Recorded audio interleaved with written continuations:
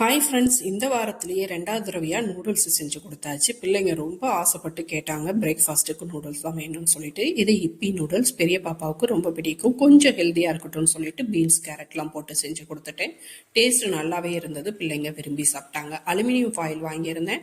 அது இந்த மாதிரி நம்ம பிள்ளைங்க லஞ்ச் பாக்ஸ் தான் எடுத்துகிட்டு போகிறாங்க, கேரி கவரில் கட்டி எடுத்துகிட்டு போகிறாங்க. இந்த ஃபாயில் போட்டால் கொஞ்சம் லீக் ஆகாது. அதுக்காக ஆம்லேட்டுக்காக எக்கு பீட் பண்ணும்போது மஞ்சள் தூள் மஸ்ட்டு சேர்த்துக்கணும். ஏன்னா எக்கில் மைக்ரோப்ஸ்லாம் இருக்கும், அதனால ஆன்டிபயோட்டிக்காக மஞ்சள் செயல்படும். எக் மட்டும் இல்லை, எல்லா மீட்லேயுமே சேர்த்துக்கணும். அதோட ஆனியன் க்ரஷ் பண்ணி இரும்பு கல்லில் தான் நான் ஆம்லேட் போடுறேன். இரும்பு கல்லில் இருக்கக்கூடிய சத்து நமக்கு கிடைக்கும். அதனால தோசை எக்லாம் நான் இரும்பு கல்லில் தான் போடுவேன். நல்லெண்ணெய் சேர்த்து போட்டுருவேன். மல்லி எல்லாம் நேத்திய ரசத்துக்கு செலவு பண்ணிட்டதுனால கருவேப்பிலையை போட்டுட்டேன். எக் எப்படி செஞ்சு கொடுத்தாலும் சின்ன பாப்பா சாப்பிட்ருவா. அவள் சிக்கன் மட்டன்லாம் சாப்பிட மாட்டா. அதோட ஃபிஷ் எப்பயாவது ஒன்று சாப்பிடுவா, அவ்வளோதான். அதனால் எக் அவளுக்கு போட்டு கொடுத்தாச்சு. நெய் விடுற வீடியோ மிஸ் ஆயிடுச்சு. இதே ஹபி ஏதாவது மிஸ் பண்ணியிருந்தா கேட்பேன். நான் மிஸ் பண்ணும் போது தான் எனக்கு அது எப்படி மிஸ் ஆகுதுன்னு தெரியுது. இப்போ ரசத்தையும் ஊற்றி நல்லா மிக்ஸ் பண்ணி கொடுத்துட்டு, நேற்று ரசம் சாப்பிடவே இல்லை சின்ன பாப்பா, அதனால ரசம் ஊற்றி கொடுத்துட்டேன். லைக் பண்ணுங்கள், சப்ஸ்கிரைப் பண்ணுங்கள். தேங்க்யூ.